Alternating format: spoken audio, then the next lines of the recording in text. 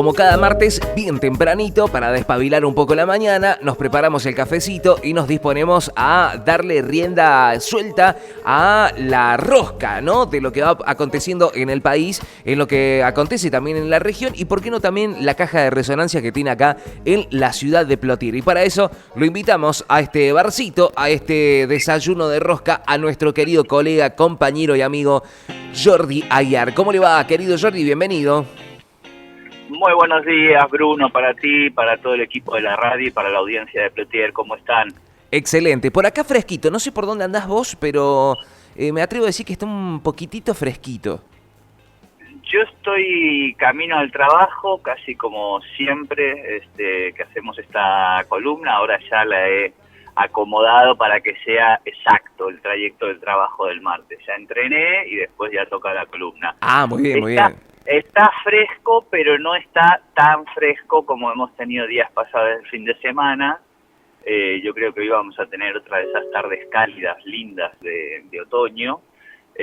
Pero bueno, ya no sé si han prendido los calefactores por ahí, pero el que no los haya prendido, creo que después de esta semana ya toca prenderlos, Sobre todo porque se viene ahí el pronóstico de que va a caer un poquito de agua, así que, bueno, habrá que esperar si eso cae, si eso pasa, habrá que encender los calefactores.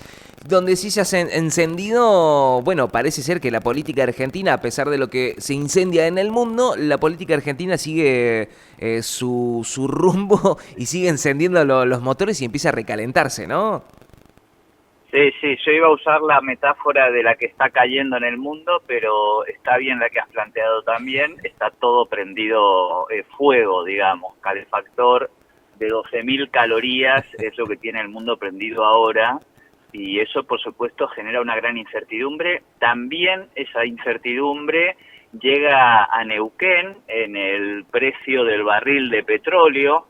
Recordemos que desde hace 3 días la bolsa en todo el mundo está cayendo de manera significativa, está cayendo más que los primeros días de la pandemia, donde estaba toda esa incertidumbre que no sabíamos qué iba a acontecer en el mundo. Está cayendo más que en la crisis 2008-2009, crisis financiera, de la que el mundo, sobre todo occidental, todavía no ha logrado reponerse, y las clases trabajadoras, tanto en Europa como en América del Sur, vienen con un deterioro progresivo. Por supuesto que nuestro país es el ejemplo llevado a la enésima potencia de esto, ¿no? 10 años donde los laburantes venimos perdiendo sistemáticamente, y donde en el último año, por ejemplo, los laburantes hemos perdido otra vez aquí en la Argentina, pero sin embargo las fortunas más importantes del país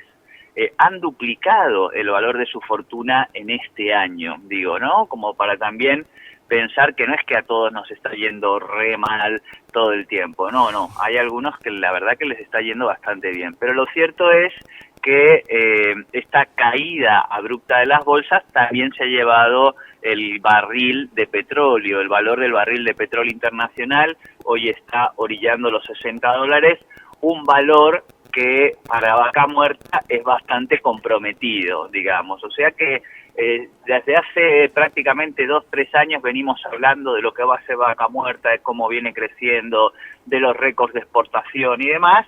Bueno, el mundo está en tal grado de incertidumbre que incluso no es que los planes de inversión inmediatos que ya estaban comprometidos se van a descomprometer, pero sí que puede haber un replanteo en cuanto al esquema de inversiones de las principales operadoras, porque, insisto, está el mundo totalmente patas para arriba y sobre todo con una gran incertidumbre de saber cuál va a ser la salida de esta situación que ha planteado el presidente de Estados Unidos, que después de 100 años, de 80 años prácticamente, de acuerdos de una progresiva baja de aranceles, de una libertad económica, ha cambiado el paradigma.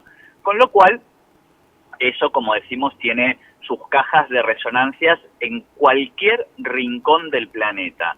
Ayer, por ejemplo, sin ir más lejos, las bolsas de Japón caía más del 8%, las bolsas sobre todo de Asia y de Europa caían el 5, el 6%.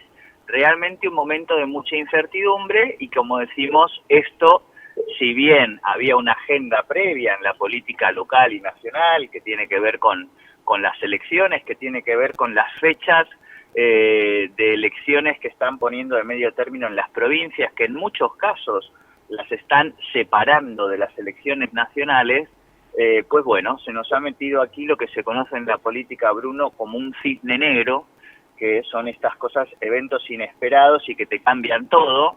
De esto ya sabemos un poco en la Argentina, digamos, ¿no? De cisnes negros estamos llenos, pero me parece que el último gran cisne negro que tuvimos fue la pandemia, esos eventos inesperados que hacen que caiga la economía y que efectivamente uno se tenga que replantear todo. Esta situación, como decimos, a la Argentina le pega de lleno porque está negociando el acuerdo con el Fondo Monetario Internacional y lo vemos al presidente Milei desesperado a tal punto de tomarse un avioncito e irse a Estados Unidos para ver si se lo cruza 15 minutos a Trump y le dice, loco, ayúdame con lo del FMI, pero claramente hoy Trump tiene otros problemas y otras prioridades. Totalmente. Y eso también va teniendo repercusión en la política nacional. Así que todos también aquí en Neuquén inaugurando obras, haciendo acciones de gestión, pero todos mirando con el rabillo del ojo qué va pasando en las bolsas del mundo y cuál es el valor del barril del petróleo, que sin lugar a dudas, si baja mucho, puede modificar los planes de inversión que hay para Vaca Muerta y este crecimiento que se proyecta en los próximos años de manera tan exponencial. Vamos a ver qué pasa, vamos a estar atentos, pero es un momento, yo le diría a la audiencia también, para prestar atención a los noticieros y a las informaciones y noticias internacionales, para tratar de interiorizarse un poco de qué está pasando, porque estamos hablando de que esto, sin lugar a dudas, va a estar definiendo parte de el mapa político y la configuración política de los próximos años, Bruno. Claro, porque yo lo que venía observando es que pareciera ser que todo este cimbronazo a nivel mundial pareciera ser que ya tocó su piso, su fondo, y que comienza a recuperarse muy lentamente, muy lentamente, pero que evidentemente nosotros ya venimos bastante golpeados. Entonces nosotros vamos a sentir si es que hay algún tipo de recuperación, la vamos a sentir mucho más lerdo de lo que viene el resto del mundo, ¿no? Pero también veía esto, ¿no? Hay países que se han empezado a abroquelar, a generar sus propios bloques, a empezar a generar sus propios convenios, excepto nosotros, que seguimos apostando a tratar de aferrarnos lo más posible a las políticas de Donald Trump, pero que lo que hace es solamente hundir más la situación económica nuestra, ¿no? Totalmente, Bruno, y esto tiene dos efectos. Uno que tiene que ver con geopolítica. Hoy no hay un aliado más entregado, vamos a decirlo, digamos, ¿no? No hay un presidente en el mundo que muestre ese nivel de seguidismo a las políticas de Trump como es el presidente Milei, digamos. Esto no es opinión, es objetivo, digo, lo vemos. Milei ha viajado 11 veces a Estados Unidos. Una ha viajado a Neuquén y a la mayoría de las provincias no ha viajado desde que es presidente, digamos, ¿no? Entonces, una alianza que hace que hoy, básicamente, Donald Trump es el presidente más repudiado del mundo por todos los presidentes. Hoy la figura de Elon Musk, otro de los aliados de Milei, es otra figura absolutamente que está generando rechazos a nivel global y que eso incluso ha comprometido que Trump pueda seguir en el gobierno y que tenga que ocuparse de sus empresas. Tesla ha perdido, desde que Trump asumió en el gobierno, prácticamente el 50% de su valor. La riqueza de Trump era de 440.000 millones de dólares y hoy es de 300.000. Todo esto en apenas 4 meses, digamos, ¿no? Entonces, claramente ahí hay efectos, y otro de los efectos de los que se está hablando y que seguramente a nosotros nos va a golpear muchísimo tiene que ver con la apreciación del dólar y con una posible inflación generalizada a partir del aumento de precio por los aranceles. Con lo cual, a la Argentina, la misma manera que la pandemia nos hizo tener que prender la maquinita para pagar los sueldos de la gente, porque no teníamos cómo endeudarnos, como hicieron el resto de los países, en la pandemia muchos se endeudaron como para acomodar un poco la economía. Bueno, la Argentina, ¿qué hizo? Prendió la maquinita full, porque no podía endeudarse. Bueno, eso trajo como uno de los efectos principales inflación. En el país y en el mundo había inflación, con lo cual a la Argentina se le complica más bajar su inflación. Esto tiene un impacto directo en un país como la Argentina, que viene con problemas de inflación y que ahora en octubre va a estar jugándose las elecciones, y un gobierno nacional que ha puesto prácticamente todo a la baja de la inflación como su principal bandera a la hora de presentarse en estas elecciones, además, por supuesto, de la crisis de la oposición, donde ayer tuvimos un capítulo más en la provincia de Buenos Aires, ¿no? Pero esto va a tener efectos inmediatos negativos sobre la economía, sobre el acuerdo con el fondo, sobre el precio del barril de petróleo, sobre la inflación, sobre un país que esperaba crecer aproximadamente un 5, un 6%, y que seguramente esos datos ahora van a estar siendo analizados nuevamente a la baja.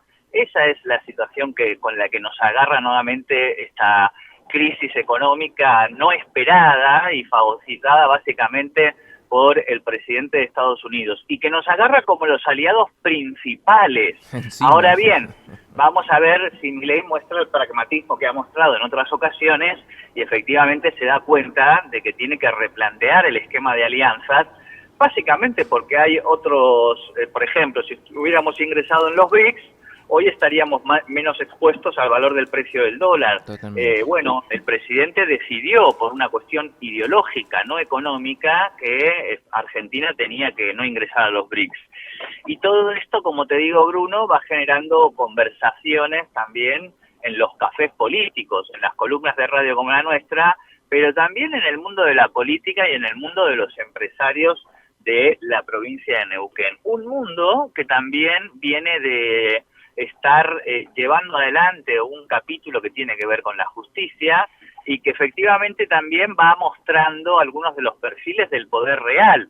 Es decir, se suponía que iban a ir como testigos, que iban a declarar en la causa de los planes sociales el actual gobernador, el ex gobernador, Omar Gutiérrez, el intendente de Neuquén. Así se había planteado por parte del juez que lleva adelante la causa, y finalmente el fin de semana nos enteramos de que no van a ir a declarar ninguno de los pesos pesados, vamos a decir, del poder político.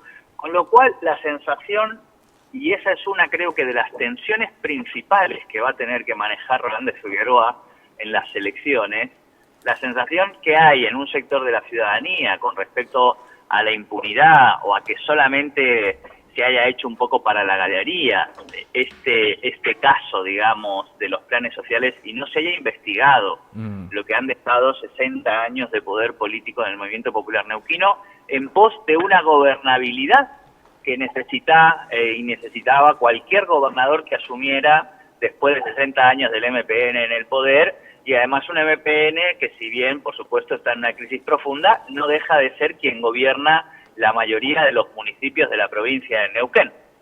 Con lo cual, también allí vemos que más allá de este sacudón económico que el mundo está por estas horas sintiendo, aquí en Neuquén el poder político sigue manejando el tablero de la política local de manera muy efectiva.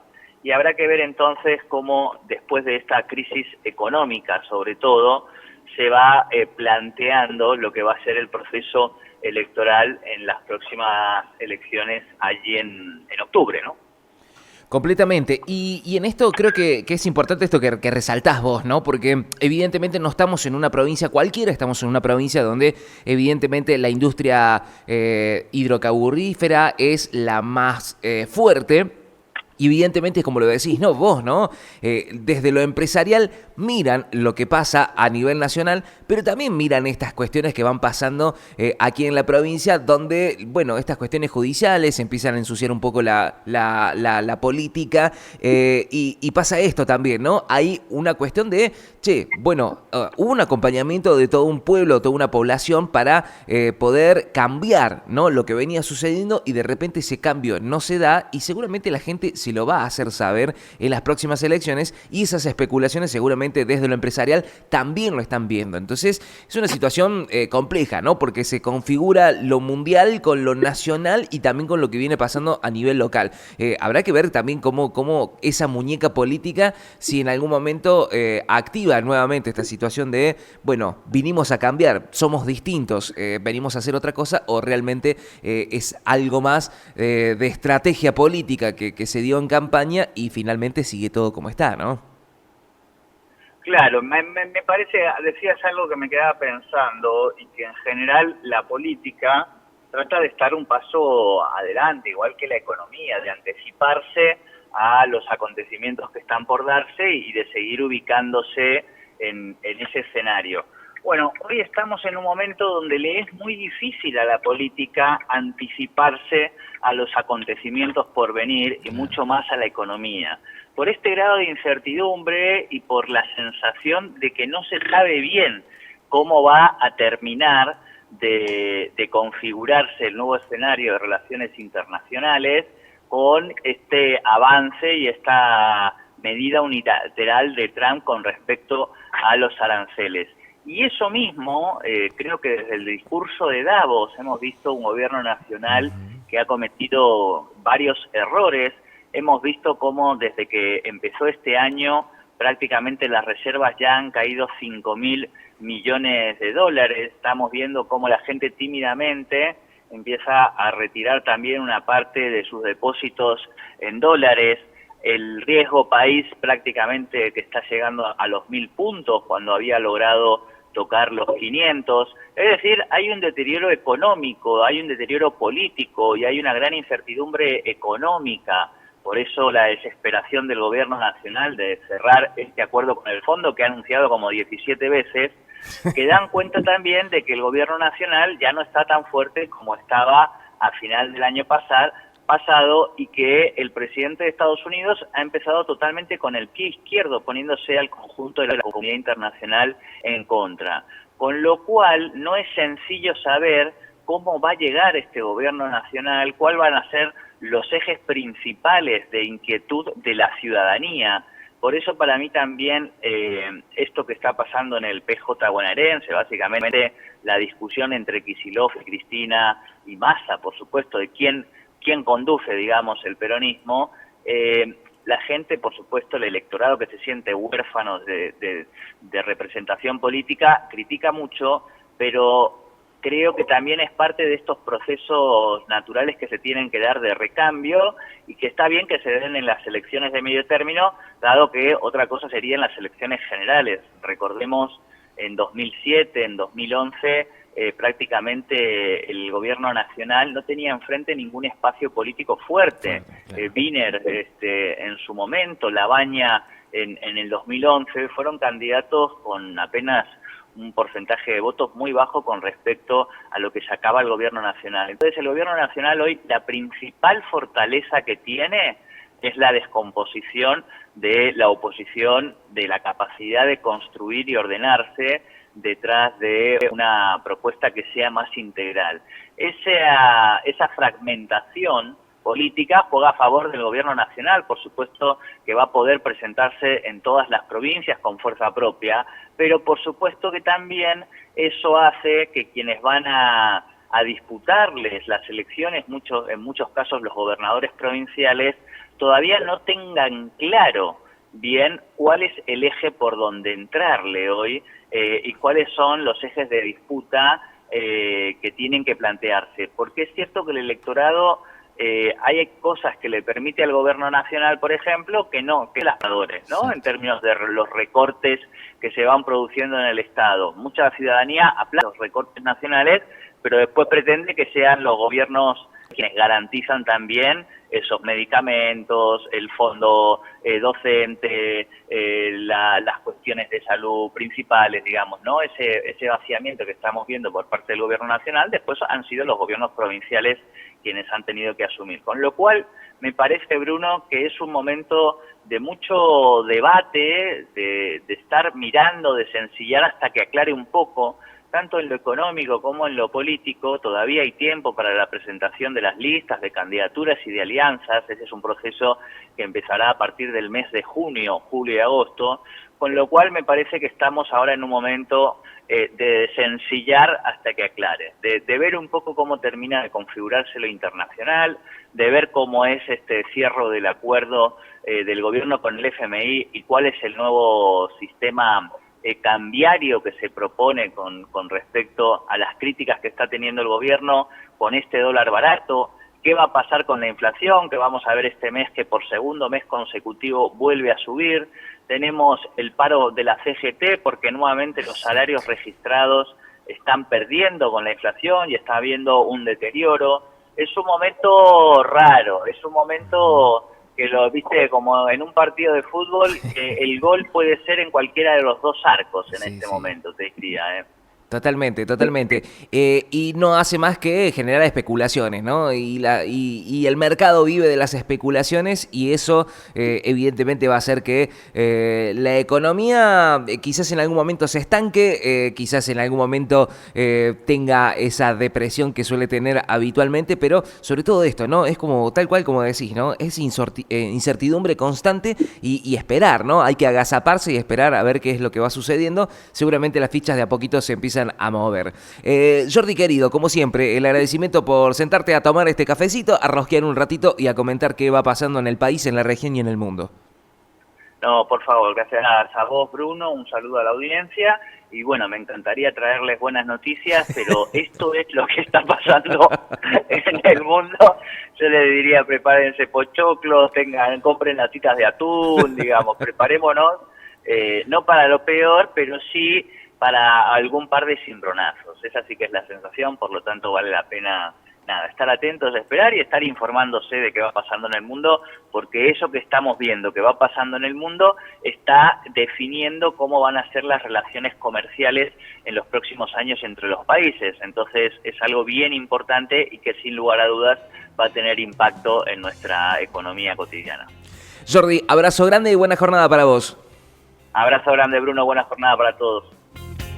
Estuvimos conversando con Jordi Aguiar en esta columna de Rosca Política donde, bueno, nos sentamos un ratito a tomar un café, a dialogar y a conversar de todo lo que va pasando, sobre todo esta mirada, ¿no?, de lo que va aconteciendo en el mundo y lógicamente, ¿no?, ya venimos desde el día de ayer conversando esto, ¿no?, uno de las grandes ejes, ¿no?, de lo informativo a nivel mundial y también argentino, a nivel nacional también, y cómo repercute también en la región, tiene que ver con esto, ¿no?, con lo que viene pasando en el mundo a partir de lo que ha tenido que ver con las declaraciones de Donald Trump y con las, justamente con los aumentos de los aranceles y cómo ha provocado también la caída en los mercados, las especulaciones en distintos lugares y eso también políticamente, ¿no? Cómo va repercutiendo